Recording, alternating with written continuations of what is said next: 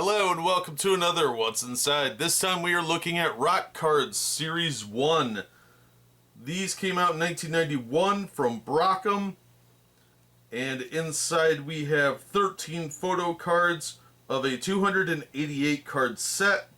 One peel and stick art card. There are 18 different cards in all.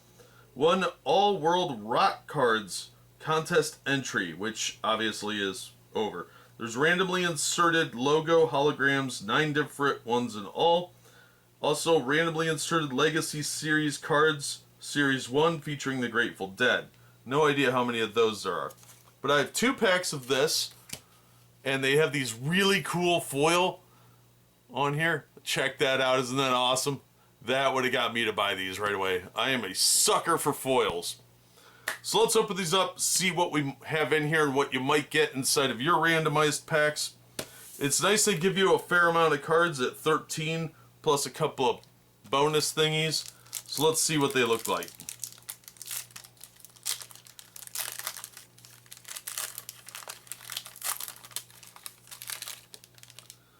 Alright. First up we have number 154, Richie Sambora. That out of the way. Then we have number 63, Frank Bello. I believe he's the bassist for Anthrax. Yeah.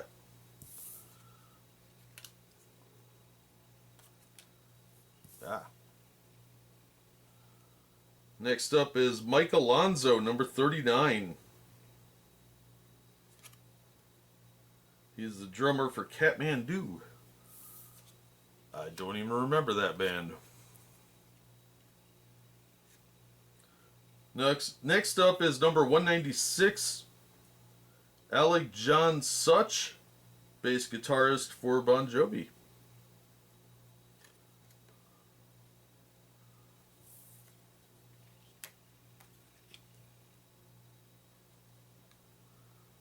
Followed by Bob Bender. He's the drummer for Tangier. That is some serious 90s hair going on there, Bob. Next we have David Lee Roth, who was the vocalist for Van Halen. This is card number 220.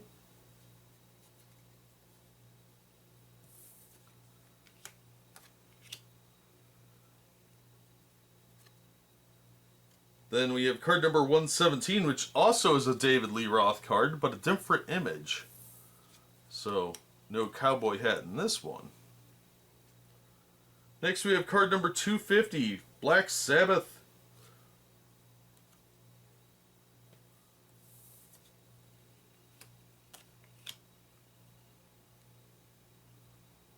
Then we have card number 141, Gary Holt from Exodus.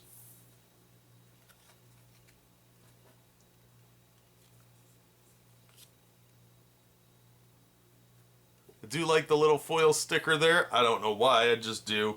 I was always a sucker for those things. They always made it look classier, and they could charge more money. Next up we have Rachel Bolan from Skid Row. Maybe it's Rochelle, I don't know. Then we have Joey Allen from Warrant.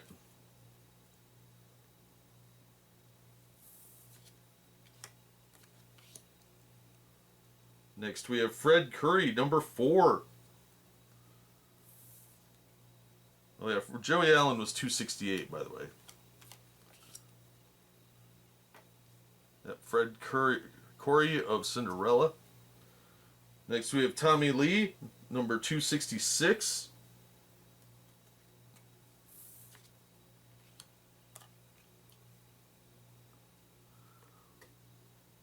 Alright, and then we get into our other things here. We have our contest entry, which is just a thing where you can order a catalog or a poster. Little order form on one side, and on the back is the rules for the contest. Then we've got our sticker, which is really, really thin and kind of feels cheap compared to the cards. It is actually a fairly nice sticker, and it's Megadeth. So we get the Birth of Vic there. So I'm probably going to put that on something later. I'm a child. But the card quality is actually really, really good. And this little seal thing at the bottom's cool. But this is very thin feeling. There's nothing on the back, no puzzle piece or anything. But it's actually not a bad quality sticker. So there is that. It looks and feels a lot cheaper than it actually is. So that's our first pack. Let's take a look at our second pack. Oh, one thing to note too is that sticker is cut poorly. It's actually slightly taller than the rest of the cards, so it could easily have been destroyed.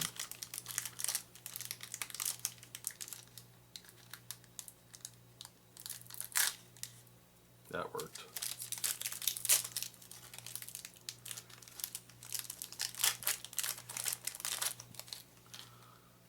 Alright, next up is Rod Morgenstein, number 280 of Winger. Then we have Dave King of Kathmandu, card number 16.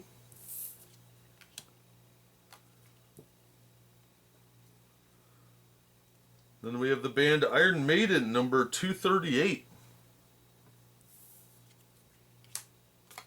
Probably cost quite a bit of money to get all these photos licensed. But I have no doubt they made most of their money back. Then we have Jimmy Bleacher of Salty Dog, number 160. Another band I don't remember.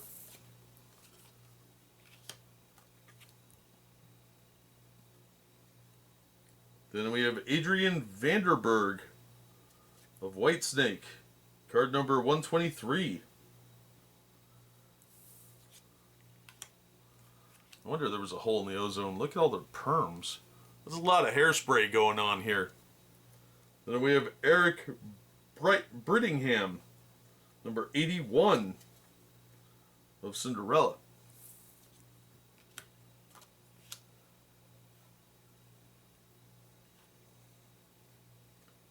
Then we have CC DeVille of Poison, number 286.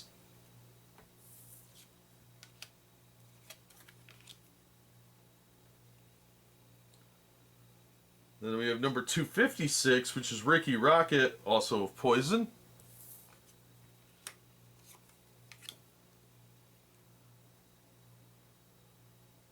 Then we have number 99, Mick Mars of Motley Crue.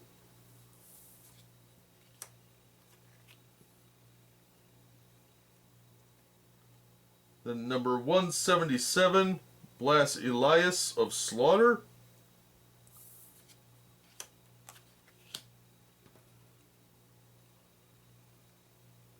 Followed by number 201, Scott Ian of Anthrax.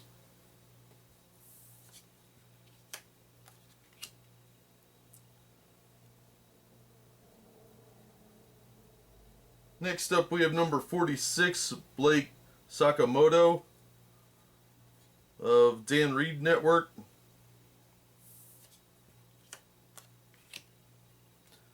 I don't remember that band either. And lastly, our last card is... Oh, nope, we've got a couple cards here.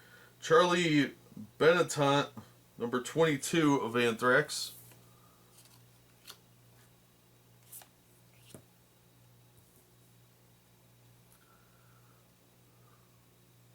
Now, we once again have our contest card.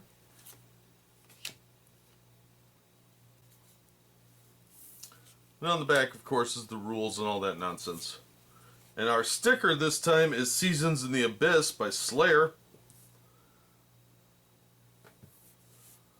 Again, the sticker is considerably thinner than the cards, but it is a really nice quality sticker. It'll get scratched up fairly easily, but it will stay on for quite a while.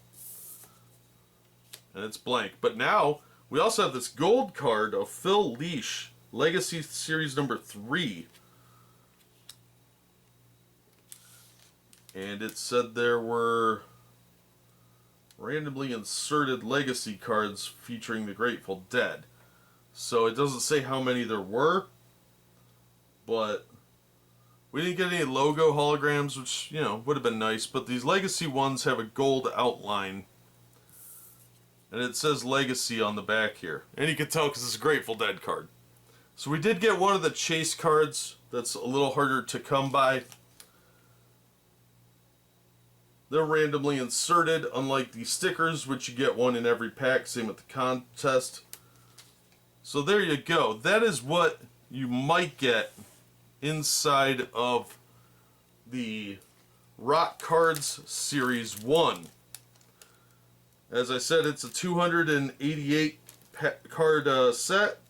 You get 13 photo cards, a peel and stick art card, the contest entry, and then the randomly inserted stuff is a possibility. But all the cards are random. It's a big set, so your chances of getting duplicates is fairly low. Unfortunately, buying one box of the card set, probably not going to get you the entire set either. So if you want to track these down, you're probably better off just trying to track down the entire set or specific bands that you're looking for by card. That might be the easier way to do it. They are nice quality cards.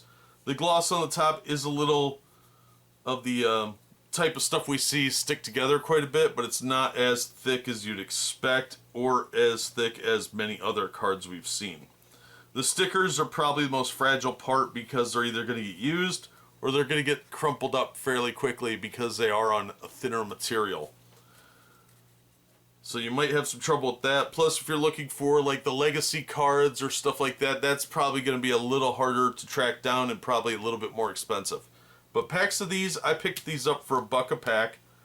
And I thought they'd be interesting to look at because they did have a lot of banned cards around this time. And we'll look at some other ones later on. But it's interesting to see the style of clothing and what bands they selected, that sort of thing. So as far as rock bands, I've heard of most of these. I just don't remember a couple of them. I don't think I ever heard of that Dan Reed Network. But if you were a 90s kid, you probably knew most of these bands, or if you were in college at the time, you probably listened to some of these.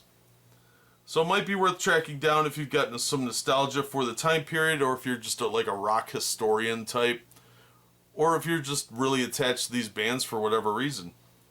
So there you go. That's what you might get inside of these randomly inserted packs. We've seen what you could get. You've heard my take. That's going to wrap this one up. As always, thank you so much for listening and supporting the channel. If you enjoyed the video, please hit the like button. And don't forget to subscribe so you don't miss future unboxings and reviews. If you'd like to help the channel out in other ways, links are in the description to various support methods. And as always, we hope to see you on the next one.